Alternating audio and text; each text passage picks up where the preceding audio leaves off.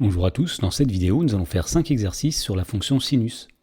Dans le premier exercice, on nous dit qu'on donne ci-dessous la courbe représentative de la fonction sinus sur l'intervalle moins pi, pi. Et donc ici nous avons effectivement une portion de la sinusoïde qui représente la fonction sinus entre moins pi et pi. Dans la première question, on demande combien de solutions l'équation sinus de x égale 1/2 possède-t-elle sur l'intervalle moins pi, pi. Autrement dit, cette question consiste à trouver le nombre d'antécédents de 1/2 par la fonction sinus. Donc on se place à 1/2 sur l'axe des ordonnées ici, et on cherche tous les antécédents de 1/2. Il y en a un premier ici, et nous voyons qu'il y en a un deuxième ici. Donc finalement, on peut dire que l'équation sinus de x égale 1/2 possède exactement deux solutions sur l'intervalle moins pi, pi. Dans la question B, on nous dit, à l'aide du cercle trigonométrique, de déterminer la valeur exacte de ces deux solutions. Alors ici, nous avons représenté le cercle trigonométrique, c'est-à-dire le cercle de centre l'origine du repère et de rayon une unité. Alors on sait que le sinus se lie sur l'axe des ordonnées, donc on va commencer par placer le point d'ordonnée 1/2 qui est ici, et on va regarder les points du cercle trigonométrique qui correspondent à ce point. Il y en a un à droite ici, et il y en a un deuxième à gauche ici. Et donc, puisqu'on cherche à résoudre l'équation sinus de x égale 1/2 sur l'intervalle moins pi, pi, eh bien on va parcourir ce cercle trigonométrique en partant de moins pi et en allant jusque pi. Alors le point du cercle trigonométrique qui correspond à moins pi, c'est le point qui est ici, et on va parcourir le cercle dans le sens direct, jusqu'à arriver au point du cercle qui correspond à l'angle pi, qui est le point qui est situé ici aussi. Et donc les solutions de l'équation sinus de x égale 1/2, eh bien ce seront tout d'abord le nombre qui est ici, qui correspond au point du cercle qui est ici, et la deuxième solution, eh bien, ce sera l'angle qui correspond au point qui est ici, c'est-à-dire cet angle-là. Alors d'après les valeurs remarquables du sinus, eh bien, on sait que le sinus vaut 1/2 pour l'angle pi sur 6 qui est l'angle qui est ici, et puisque pi sur 6 est bien compris entre moins pi et pi, eh bien pi sur 6 est la première solution. Et donc la deuxième solution, ce sera le nombre qui correspond à cet angle ici. Alors pour déterminer la mesure de cet angle, on va commencer par remarquer que par symétrie, l'angle qui est ici vaut pi sur 6. L'angle qui est ici est un angle plat, c'est-à-dire un angle de 180 degrés, ou autrement dit pi radian degré.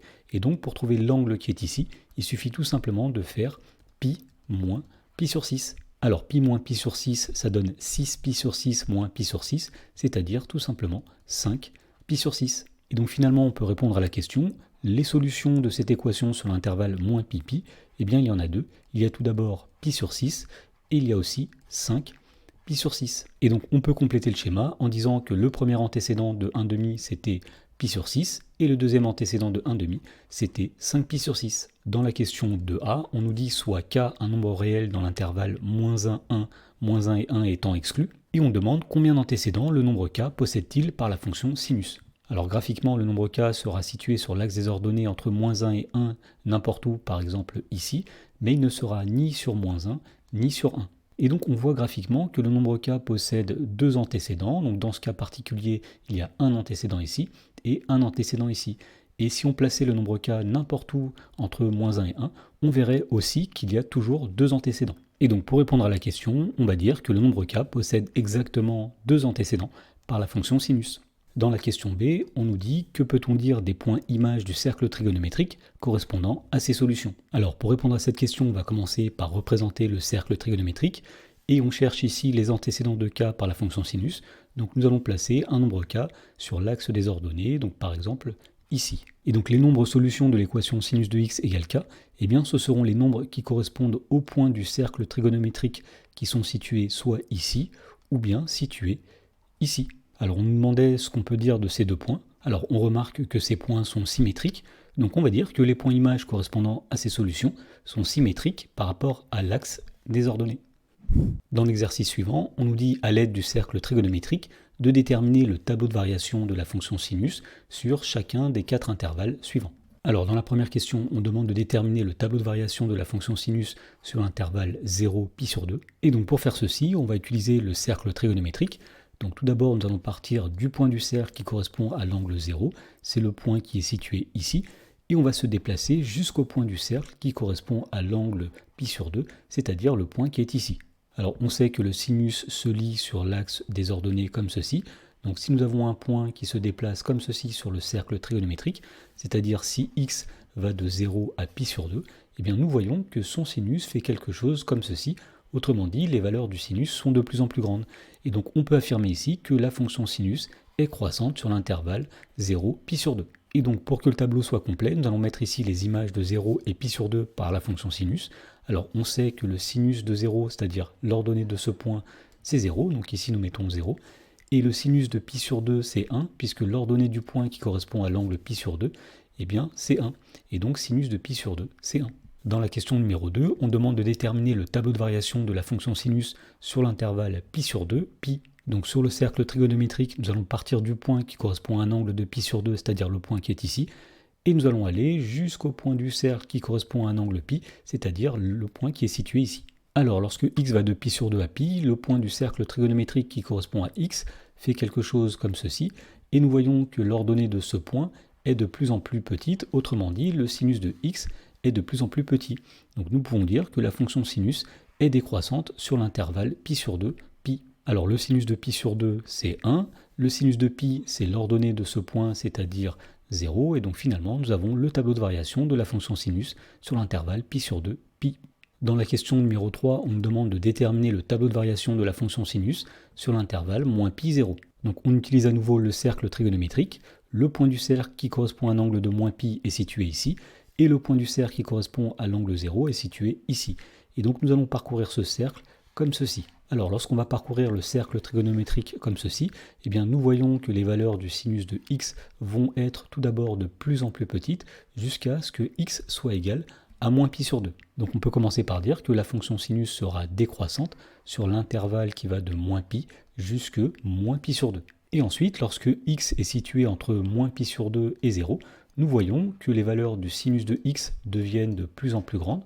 Autrement dit, la fonction sinus est croissante sur l'intervalle moins pi sur 2, 0. Et donc pour finir, il nous reste à mettre les images. Donc tout d'abord, l'image de moins pi par la fonction sinus, c'est 0. De même que l'image de 0 par la fonction sinus, c'est 0. Et enfin, l'image de moins pi sur 2 par la fonction sinus, eh bien nous voyons que c'est moins 1.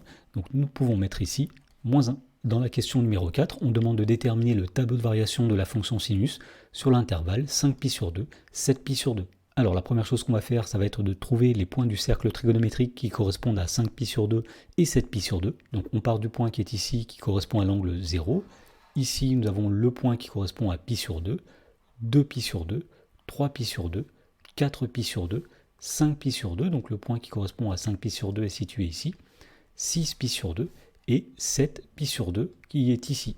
Et donc lorsque x va de 5pi sur 2 jusqu'à 7pi sur 2, eh bien nous voyons que le sinus de x diminue sans jamais cesser de décroître. Autrement dit, la fonction sinus est décroissante sur l'intervalle 5pi sur 2, 7pi sur 2. Et donc pour finir, il nous reste à mettre les images. Nous voyons que l'image de 5pi sur 2 par la fonction sinus, eh bien ce sera 1. Et l'image de 7pi sur 2 par la fonction sinus, c'est moins 1.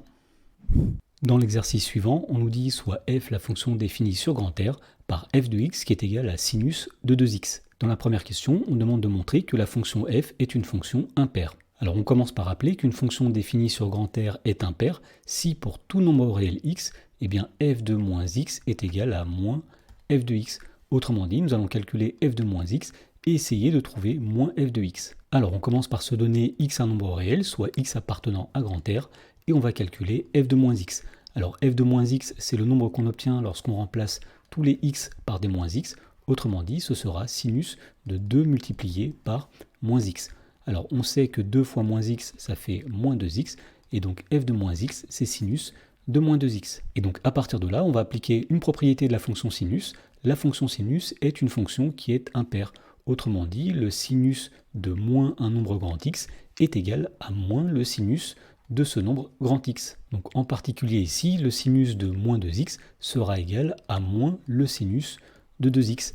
Alors le sinus de 2x, c'est f de x, et donc finalement, on a trouvé ici moins f de x. Et donc puisque pour tout nombre réel x, f de moins x est égal à moins f de x, eh bien on a démontré que la fonction f est une fonction impaire. Dans la question numéro 2, on nous dit que peut-on en déduire pour la courbe représentative de la fonction f. Eh bien, puisque la fonction f est une fonction impaire, on en déduit que la courbe de f est symétrique par rapport à l'origine du repère. Et effectivement, lorsqu'on trace la représentation graphique de la fonction f, eh bien, nous voyons que le morceau qui est situé à droite de l'origine, c'est-à-dire le morceau qui est ici, eh bien, va venir se placer sur le morceau situé à gauche lorsqu'on fait une rotation de 180 degrés par rapport à l'origine du repère.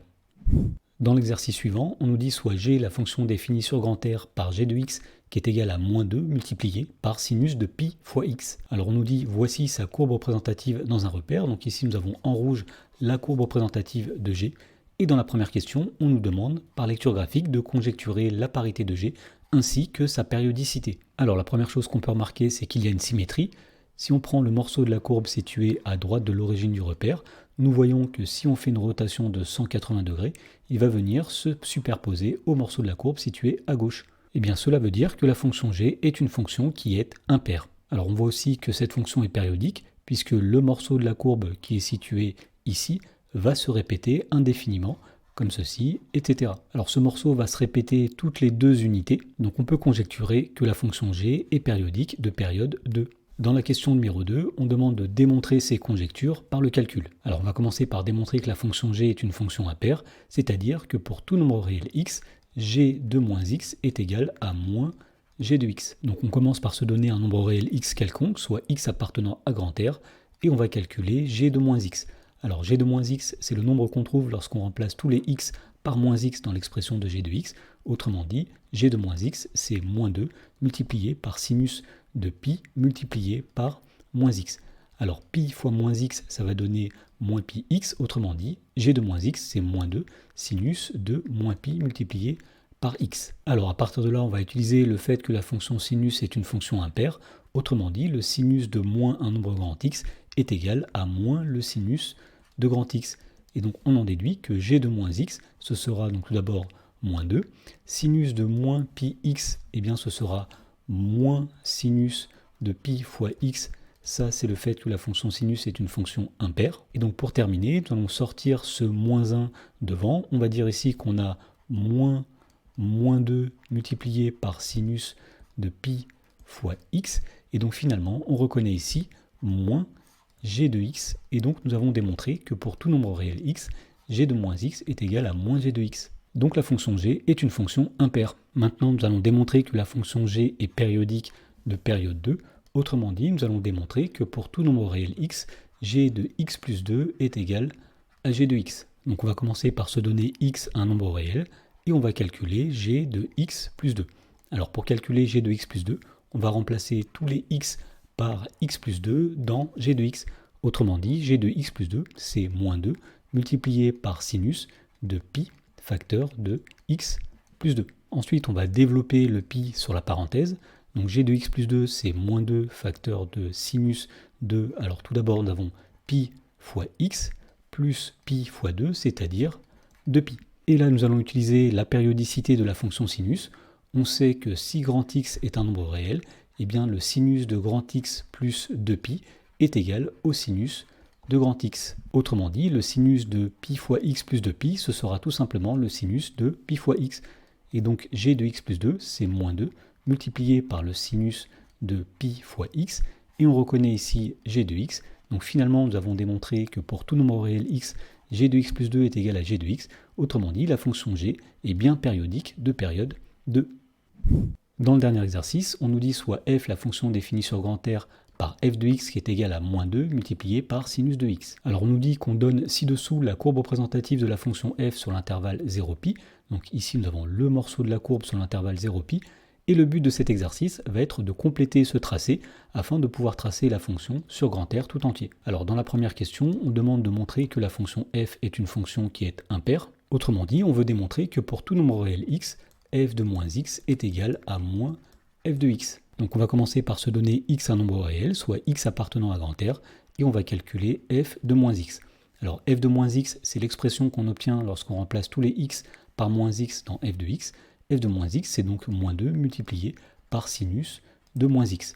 Alors pour calculer cette expression, on va utiliser une propriété de la fonction sinus.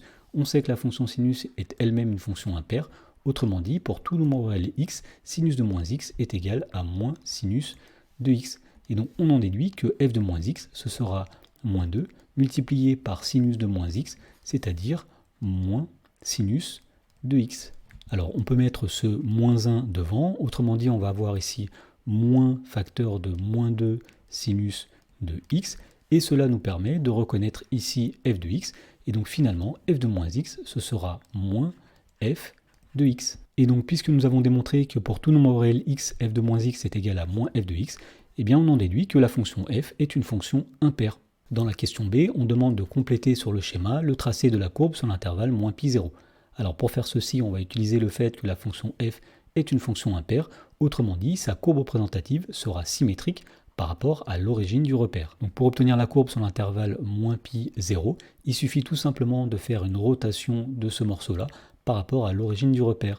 Et donc on obtient ce morceau de courbe ici. Dans la question numéro 2, on demande de démontrer que f est 2π périodique, c'est-à-dire périodique de période 2π, puis de compléter le tracé de la courbe sur grand R. Alors pour montrer que f est 2π périodique, il s'agit de montrer que pour tout nombre réel x, f de x plus 2π est égal à f de x. Donc on va commencer par se donner x un nombre réel, soit x appartenant à grand R, et on va calculer f de x plus 2π. Alors pour avoir f de x plus 2π, il suffit tout simplement de remplacer tous les x par x plus 2π dans f de x. Autrement dit, f de x plus 2π, c'est moins 2 multiplié par sinus de x plus 2π. Alors on peut ensuite appliquer une propriété de la fonction sinus qui dit que la fonction sinus est 2π périodique. Autrement dit, pour tout nombre réel x, sinus de x plus 2π est égal à sinus de x. Et donc on en déduit que f de x plus 2π, c'est moins 2, multiplié par sinus de x plus 2π, c'est-à-dire sinus de x, et on reconnaît ici l'expression de f de x, donc on a démontré que pour tout nombre réel x, f de x plus 2π est égal à f de x, c'est-à-dire que la fonction f est 2π périodique. Alors puisque la fonction f est 2π périodique, pour obtenir son tracé sur grand R, il suffit tout simplement de translater le morceau de la courbe sur un intervalle de longueur 2π. Donc ici nous avons un morceau de la courbe de f sur un intervalle de longueur 2π, puisqu'on va de moins π jusque π. Il suffit tout simplement de translater ce morceau. Donc par exemple ici nous allons avoir quelque chose comme ceci, et de l'autre côté nous allons avoir quelque chose comme ceci, et ainsi de suite, on obtient la courbe représentative de f sur grand R.